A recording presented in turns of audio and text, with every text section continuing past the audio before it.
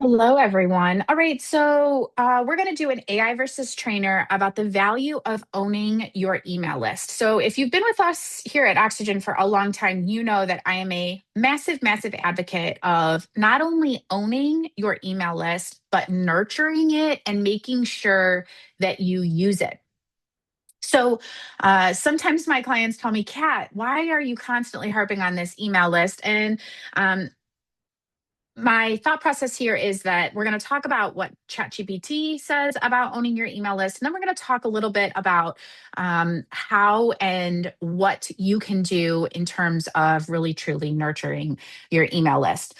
So I'm going to put up what ChatGPT says about the question, what is the value of owning your email list?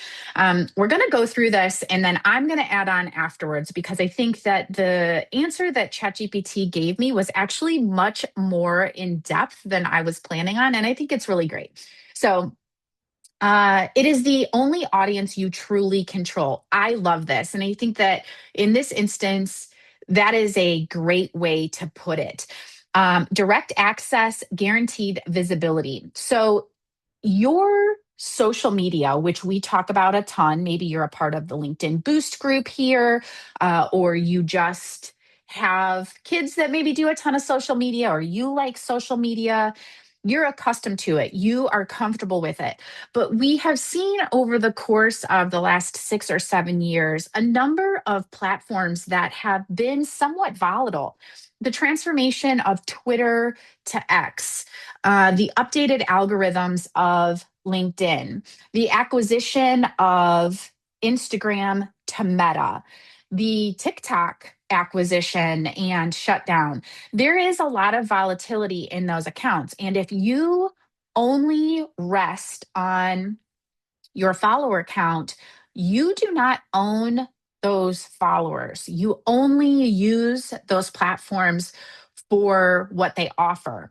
So if, like ChatGPT is suggesting here, if you take that follower count and convert it to an email list, you then have direct access rather than relying on the algorithm. And I think that's maybe what ChatGPT is missing here.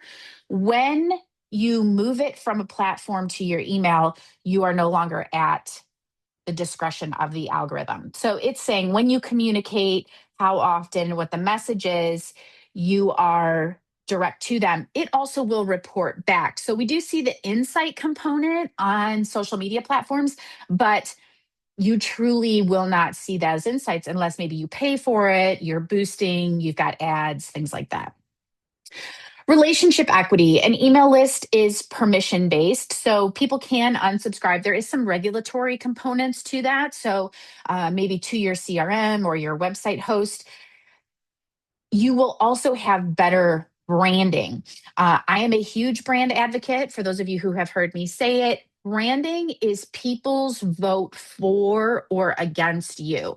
And that's very different than how people usually translate branding. They think branding is the matching of your logos or your colors, but branding is trust. That's how that is. So when we go to communicate via email, is it resourceful? Do people actually want to open it? Are you considered someone that is worthy of their time? That has a little bit more quantitative time attached to it rather than a quick scroll or less than 3 seconds, right? That's the goldfish interpretation that you're getting on social media. There also is a conversion component, right? So, this is what they're suggesting with here predictable revenue stream. You can be a couple of steps closer via email than you are on social media. Again, you get on social media, and that's that quick, less than 3 seconds option to move on. Where email, you're just that much closer. Why do they sell email lists? Data and insight control. Again, you get that reporting back and you get the ability to really control what is being said. I think that when you watch Instagram, Instagram is a great option here. So when you put up multiple like carousels, you can see real quickly which one they're trying to show first. It's not always that first picture. Kind of freaks me out a little bit sometimes. You want to be the owner of your business or the owner of your what is put out in your organization. That happens through your email list. That doesn't necessarily happen in social media because there are too many steps in between when you post to social media and when the person actually gets to see it, if at all. I have to go to the app. I have to open it. I have to be on it for a certain period of time. I have to choose your page and then move on. With email, most people, I mean, other than maybe a very small component of people actually have email, especially post COVID, right? That's how people were exposed to the world. It's how they paid their bills.